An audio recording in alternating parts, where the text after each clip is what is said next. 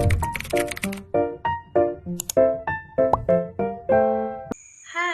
Assalamualaikum warahmatullahi wabarakatuh. Saya Ayu Selvia Kumalasari dari Prodi Manajemen Pendidikan Islam 1 akan menjawab pertanyaan-pertanyaan yang telah diberikan oleh Pak Habib Anwar Al-Ansori selaku dosen pengampu mata kuliah Pancasila.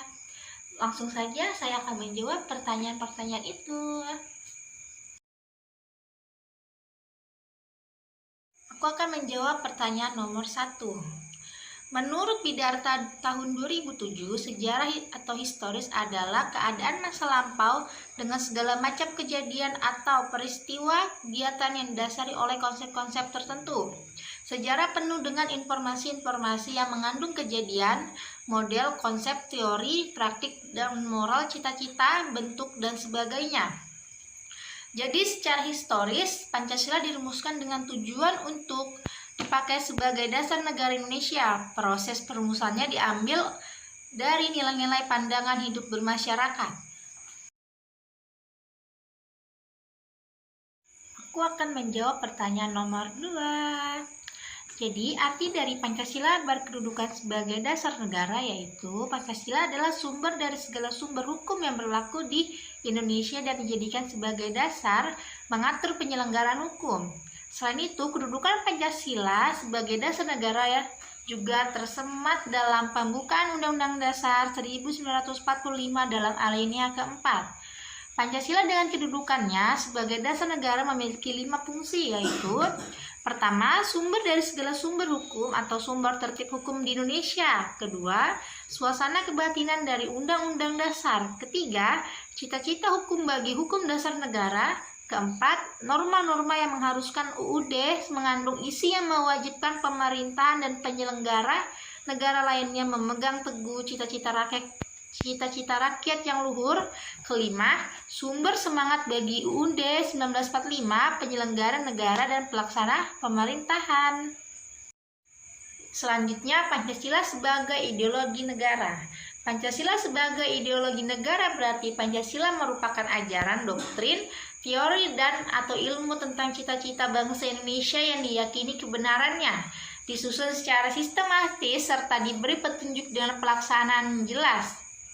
Selanjutnya, Pancasila sebagai dasar falsafah Indonesia. Pancasila adalah sebagai dasar falsafah negara Indonesia sehingga dapat diartikan kesimpulan bahwa Pancasila merupakan dasar falsafah dan ideologi negara yang diharapkan menjadi pandangan hidup bangsa Indonesia sebagai dasar pemersatu, lambang persatuan dan kesatuan, serta bagian pertahanan bangsa dan negara. Selanjutnya, etika politik Pancasila. Etika politik Pancasila adalah suatu proses pengambilan keputusan dan kebijakan lainnya yang harus dijiwai oleh nilai-nilai Pancasila. Karena Pancasila mempunyai nilai yang sangat fundamental sebagai dasar falsafah bangsa Indonesia sebagaimana yang tercantum dalam Undang-Undang Dasar 1945. Oleh karena itu, setiap warga negara dan penyelenggara negara harus mempelajari, memahami, menghayati, dan mengamalkan Pancasila dalam segala bidang kehidupan berbangsa, bernegara, dan bermasyarakat. Karena Pancasila merupakan suatu landasan moral etik dalam kehidupan berbangsa, bernegara, dan bermasyarakat. Selanjutnya, Pancasila sebagai paradigma dan kepribadian bangsa. Pancasila harus menjadi kerangka kognitif dalam identifikasi diri sebagai bangsa. Pancasila harus diletakkan sebagai kerangka berpikir objektif rasional dalam membangun kepribadian bangsa. Oleh sebab itu, perlu dikembangkan budaya ilmu pengetahuan dalam menempuh rasa persatuan dan kesatuan bangsa. Oke, saya akan menjawab pertanyaan nomor 3.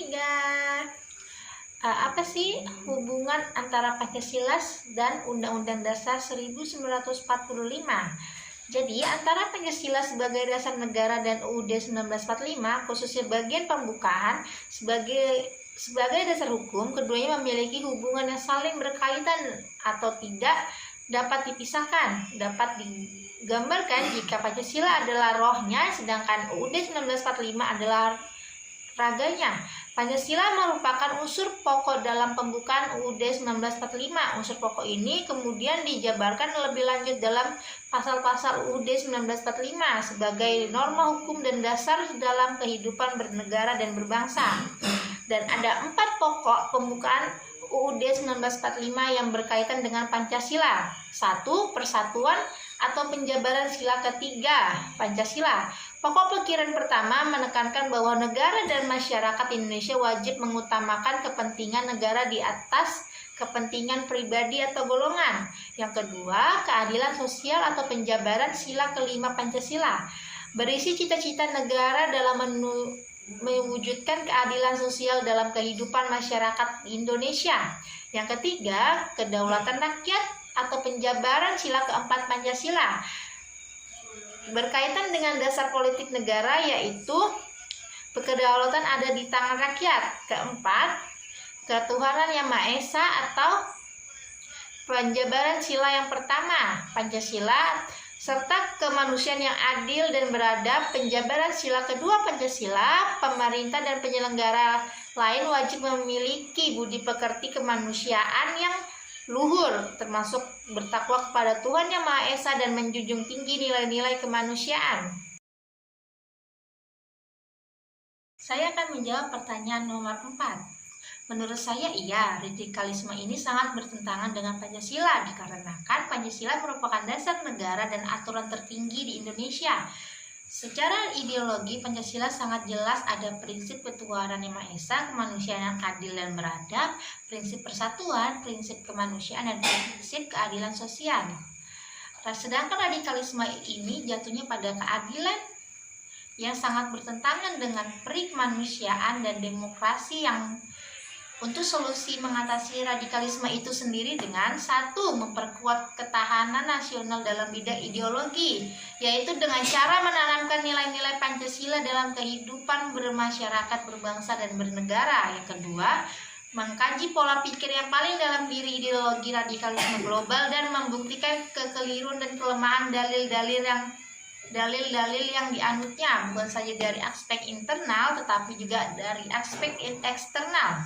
Yang ketiga, meniadakan kondisi yang memungkinkan tumbuh dan berkembangnya ideologi tersebut, antara lain dengan menegaskan keadilan kebenaran, menghargai harkat dan martabat manusia, mencegah terjadinya diskriminasi, dan mencegah pelanggaran hak asasi manusia. Keempat, mengambil tindakan yang tepat dan cepat terhadap adanya aksi-aksi radikalisme di dalamnya.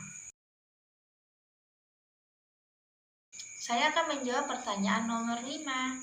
Dalam pemilu pada tahun 2019, banyak penggunaan isu negatif yang mengarah pada berita palsu dalam pemilu di Indonesia melalui berbagai media sosial, terutama untuk menyerang kandidat, mengalami peningkatan dalam beberapa tahun terakhir sejak pemilihan umum 2014. Namun dalam kasus pemilihan presiden 2019, target serangan isu negatif dalam pemilu tidak hanya ditunjukkan kepada kandidat, namun juga kepada penyelenggara pemilu.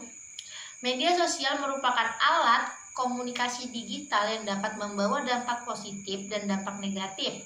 Saat pemilu 2019, berkampanye tidak hanya melalui pengarahan massa dalam penyampaian visi dan misi peserta pemilu. Media sosial menjadi sarana yang ampuh dan efisien untuk melakukan kampanye kepada masyarakat pemilu. Pemilu adalah sarana pelaksana kedaulatan rakyat yang dilaksanakan secara langsung, umum, bebas, rahasia, jujur, dan adil dalam NKRI berdasarkan Pancasila dan Undang-Undang Dasar 1945 dalam Pasal 1 UUU Nomor 8 tentang Pemilu. Nah, jadi itu tadi adalah jawaban-jawaban saya. Kurang lebihnya mohon maaf. Wassalamualaikum warahmatullahi wabarakatuh. Terima kasih.